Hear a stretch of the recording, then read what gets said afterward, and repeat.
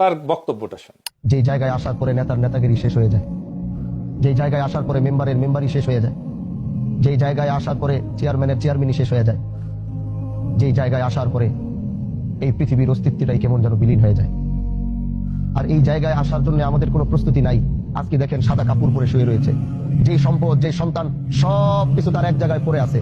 আজকে দুনিয়ার মানুষ তাকে জোর করে নিয়ে যাবে, তার বলার এই অধিকার নাই আমাকে নিও না, আমাকে আমার খাটের থেকে নামায়ও না, আমাকে আমার খাটের থেকে সরায়ও না, আমাকে আমার সন্তান থেকে আলাদা করো না, আমাকে আমার স্ত্রীর থেকে আলাদা করো না, আমাকে আমার পরিবার থেকে আলাদা করো না, আমাকে আমার এলাকার বাসীর থেকে আলাদা করো না। সেই কথাটি হয়তো চিৎকার করে বলছে, আমি শুনতে পাচ্ছি না, আপনি শুনতে পাচ্ছেন না। সে বুঝতেছে তাকে শেষ বিদায় দিচ্ছে, সে এখনো বুঝতেছে সে খাটিয়ায় শুয়ে আছে, এখন তার বিশ্বাস এখনো হচ্ছে না সে মারা গেছে। সে এখনো মনে করছে যে আমি স্বপ্নের ভিতরে দেখছি, একটু পরে আমার ঘুম ভাঙলে দেখবো আমি আমার ঘরের ভিতরে বসে আছি।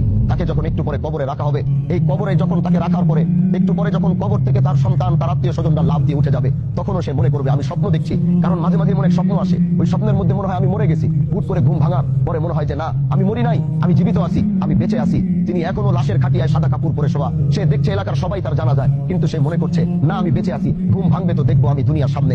আজকে তাকে কবরে রেখে যখন কবর থেকে উঠা হবে, তখনও সে মনে করবে আমি জীবিত আছি, একটু পর আমার ঘুম ভাঙবে দেখবো আমি দুনিয়াতে আছি। একটু পর ওই কবরের ভিতরে বাঁশ কাটা হয়েছে, বাঁশগুলো ওখানে রেডি, ওখানে হোগলার পাতা রাখা হয়েছে, হোগলা রাখা হয়েছে। একটু পরে বাঁশগুলো লাগানো শুরু করবে, পৃথিবীর আলোটা কেমন যেন আস্তে আস্তে অন্ধকার হওয়া শুরু হবে, পৃথিবীর আলোটা অন্ধকার হবে। সে দেখছে যে তার কবরটা কেমন যেন, পৃথিবীর আলোটা কেমন যেন বিদায় নিচ্ছে, কবরটা কেমন যেন অন্ধকার হয়ে যাচ্ছে। তখনও সে মনে করবে না আমি জীবিত আছি, একটু পর ঘুম ভাঙবে দেখবো আমি দুনিয়াতে বেঁচে আছি। এরপরে ওই বাঁশের কুঞ্চি ফাঁকা দিয়ে একটু একটু করে আলো কবরে যাবে। দুনিয়ার মানুষ এতই নিষ্ঠুর, ওই আলোটুকু তার কবরে না যেতে যেন পারে, এজন্য উপরে কেউ কলা পাতা দিবে, না হয় কেউ হোগলা দিবে। কবরটা তখনও একটু একটু দুনিয়ার বাতাস পায়। তার কিছুক্ষণ পরে কিছু মানুষ হাতের ভিতরে মাটি নিবে, তার সন্তান তার আত্মীয় তার রক্ত হাতের ভিতরে মাটি নিবে, এমন এক জায়গায় মাটি চাপা দেওয়ার জন্য এই পৃথিবী শেষ হয়ে গেল, তাকে আর কোনোদিন সেখানে পাওয়া যাবে না। অথচ সেই সন্তান সেই পরিবারের জন্য সে কতটুকু করেছে, সেই এলাকার মানুষের জন্য কতটুকু করেছে। আজকে সবাই তাকে এমন জায়গায় যেতে বাধ্য করছে, হাতের ভিতরে মাটি নিয়ে বলবে মিনহা খলাকনাকুম ওয়া ফিহা নুঈদুকুম ওয়া মিনহা নুখরিজুকুম তারাতান উখরা।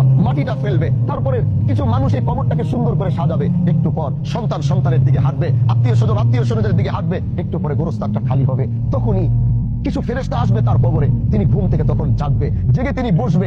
তার ঘুমটা তখন ভাঙার পরে সে বুঝতে পারবে না আমি তো সত্যি মারা গেছি, আমি তো সত্যি ইন্তেকাল করছি। কবর থেকে চিৎকার দিবে, তার এই আওয়াজ পৃথিবীর কেউ শুনবে না, কেউ বুঝবে না। এটাই যদি দুনিয়া হয়, তাহলে আপনি কোন দুনিয়ার অহংকারীকে, কোন পায়ের আওয়াজে আপনাকে অহংকারী বানায়, কোন কথার বলে আপনি অহংকারী হন? আপনার নিজের জীবনেরই তো কোনো অস্তিত্বের গ্যারান্টি আপনাকে আল্লাহ পাক দেয় নাই। এজন্য ভাই আমার, আসো, এই জানাজায় তাড়াহুড়ো করে যাওয়ার জায়গা নয়। এই জানাজা তো বারবার এই লাশের দিকে তাকাও, বারবার এই খাটিয়ার দিকে তাকাও, বারবার এই খাটিয়ার দিকে তাকাও, এই সাদা কাপড়ের দিকে তাকাও। দেখো এই সাদা কাপড়ে কোন ধরনের সেলাই এখানে নাই। আসো আবার বারবার এই কাপড়টা ধরো, নিজের কাপড়টা ধরো, দেখবো আজকে আমার কাপড়ে সেলাই রয়েছে, আমার কাপড়ে পকেট রয়েছে, আমার পায়জামায় পকেট রয়েছে, পাঞ্জাবিতে পকেট রয়েছে, আমার এই ওয়েস্টকোটের ভিতরে পকেট রয়েছে। আসো তোমাদেরকে দেখাই, আজ যিনি কবরের দিকে রওনা হয়েছে সে কি নিতে পারছে এখান থেকে। দেখো একটা সাদা কাপড় নিয়েছে, কিন্তু সেই সাদা কাপড়টারও কোনো রং ঢং নাই, কোনো আকার ধরন নাই, কোনো কালারিং নাই। দেখতে সুন্দর লাগবে, রং হবে, দেখতে ভালো লাগবে না, একটা স্লিম সাদা কাপড় চলে যাইতেছে এখান থেকে। আসো আসো যুবক, এখান থেকে শিক্ষা নিয়ে যাও। আসেন সাদা দাড়িওয়ালা মুরব্বী চাচারা, একবার এই লাশের দিকে তাকান,